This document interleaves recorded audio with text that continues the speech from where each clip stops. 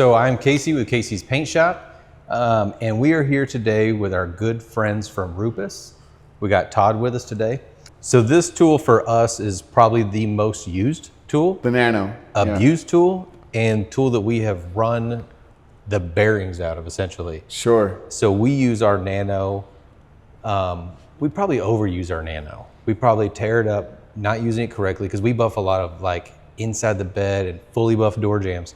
So we'll hook the extension cord version up to this non-power and just run it until you can't touch the top of the head. It's so hot. Sure. Because we'll buff all the ribs of the beds. So we abuse, and I mean, I don't even, if there's a word that's worse than abuse, I would say that that's what we're doing with our Nano. You can see it. Very keen in it. Keenan, I think, was the one that has sacrificed all of our Nanos. We have a drawer in our shop, and I'll show it to you. When you open it up, it has our two Nanos with all of the failure parts. The graveyard of Nanos, I understand. So when I went to SEMA this year, for me, regardless if it came out 17 years ago. Nope, this is brand new. This is really cool for changing the heads, because before you had to have, like, we had a tool that we had 10mm wrench and all this other stuff that held it. And this new tool, it all just kind of like pops in and out. So this is really neat. I'm hoping that it'll last longer for the abuse that we give it. Sure. The tool probably works just fine for the general public and anybody else that was normally buffing with this. But when you try to buff an entire 6-foot bed floor with a 2-inch or 1-inch pad, at high speed, it's a lot of stress. We are tearing them up. Yeah. So the Nano2 is one of the most exciting tools. I've been a part of the launch. I would say second only to when the Nano first came out. So the original Nano, if you're not familiar, came out in 2015, and it was a really unique tool in the market. It was the first one with iBrid technology, so it could be used corded or battery. And it was also the first polisher on the market that had 3 different movements. It could be a 3mm DA for like denibbing or light sanding, 12mm DA for polishing, or a rotary.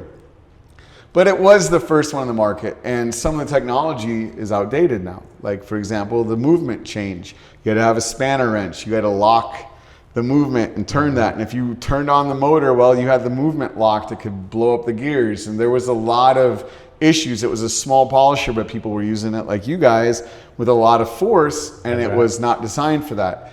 So with the Nano2, what we try to do is address every one of those issues. And what we came up with is an all-new design. Sure, the design language is similar to the original Nano. The biggest visual difference right off the bat is instead of having a metal handle or a shaft, what we have is this kind of soft touch. And then also there's no trigger lock, and there's a reason for that. So this is the shroud, and the shroud we use with the DA movements, but it's magnetically charged. So we just put it on, it holds on with a magnet. But I'm going to leave it off so I can kind of demonstrate how easy we've made the tool change movement. This uses a new technology that RUPES developed called SmartFix. And what it is it's a new patented design on bearing technology. So one of the nice things, again, is as long as we line up the spheres, we just push it in and it snaps in place, and now we have a DA movement. So the movement change itself is fantastically simple. Go to a short rotary, pushed in, ready to go. Now, here's where it gets really interesting. With the original Nano, we did not recommend a 2-inch rotary. And every one of our customers put in a 2-inch backing plate, put it on a rotary, and then wondered why they were blowing up spider gears. Me and Kean knocked that out. Of course. Yeah. Now, there were 2 reasons why we didn't recommend a 2-inch rotary on the original. One, because this is a DA, it spins at 5,000 RPM. So at 5,000 RPM, a 2-inch rotary has a ton of edge speed, right? It's ripping around. So you can burn paint with it. The other part is all that stress of running that speed goes right back into the spider gear, which can become damaged. So what RUPES did, if you notice, our 2-inch rotary is a little bit different. And the reason is there's, again, just like the HLR75, a planetary gear set inside here, which halves the speed but doubles the torque. So now we lock that in like that, and we have a rotary that works at half speed, double torque, and you can use 2-inch all day long. And again, the movement change is that simple. What about running a 3-inch pad on the 2-inch backer? Yeah, we wouldn't recommend that. Okay. That sounds like that would be what we call casing the tool. And our fear there is that you're going to overspeed it and damage it. That's right. In other words, go for it. We've done it. I'm sure. I'm sure that's how my other ones have burned up. That's not what it's designed for, Casey. In addition to the new movement change, one of the nice things with this tool is it's 30% quieter and 30% more powerful. So it's super quiet. It probably doesn't sound like the previous version, and well balanced. So in every single way, we've made meaningful improvements for a more durable, easier to use tool. No, you gotta be a man. Jesus, you're ruining my whole show. I'm just like, I'm doing so good, and then you're not. Yeah, but I'm able to get this off. Look how much easier that is when I do it. When you do You're it. really good at that. Oh, I can get some stuff off. Look at that. You just. Well, I'm paying attention and lining up the grooves like you said on the Well, video. you're just doing it. Let me see if I can get all 5 for 5 here. Uh-oh. See, the magnet got off on me, that one. That's what it was. Make sure we're good at editing this. Got it. Oof. I heard it. Sound like you racked a Glock. Oh, a little backing plate. So what's this one for? So that usually we put that on the 3mm, and that uses that Stickum sandpaper that I showed you that comes with 2000 and 3000 grit. So perfect for denibbing. Okay. Gotta be quick with it. Man, if you ever need a job, you let me know I might. after this video. So the shroud always goes forward. Oh, you almost had it. There you go. See those? There you go. And we use that with the DA movement so that the backing plate or so that the counterweight's not interfering with the paint. You know, knock it up against a mirror or something. It's pretty good. Got it. Dude, you're really good at that too. So the Nano2, out of all the tools that we've launched, is probably one of the most exciting ones for us because we've improved it in every single way. And really this was us listening to our customers. First generation multiple movement tool polisher. There's been other ones that have come out on the market. We're aware of those, so we wanted to make something that was easier, more versatile, and more powerful than those.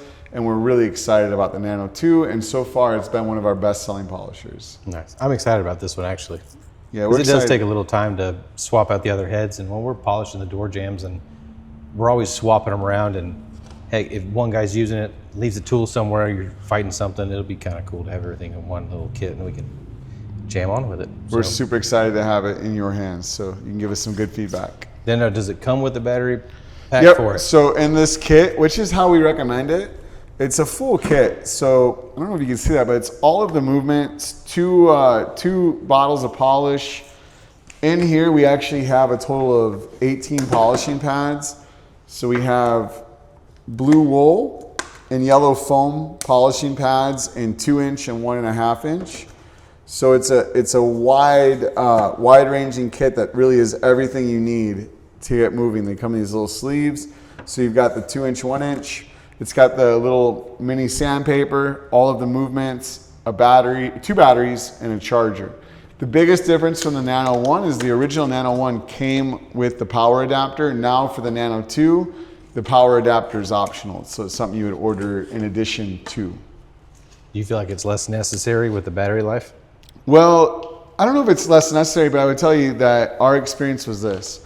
Going into a lot of shops that had the original Nano, about 99% of those, that power converter was still zip tied and had never been used. And we thought, why do we want to charge, if we're going to keep the price very similar between the first and second generation, would we rather give you more parts and this kind of double gear reduction and all these additional things, or a battery charge you don't use? So we just kind of went that direction.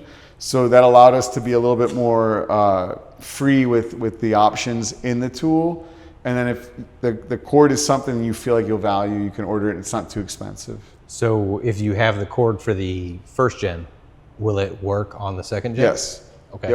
Yep. So this could just be a tool, and you can still use your corded version from Gen 1. Yep. Just the movement pieces won't transfer. So if you have a Gen 1 with all the orbit sizes, they're proprietary to Gen 2 and Gen 1 because of that connection. Okay.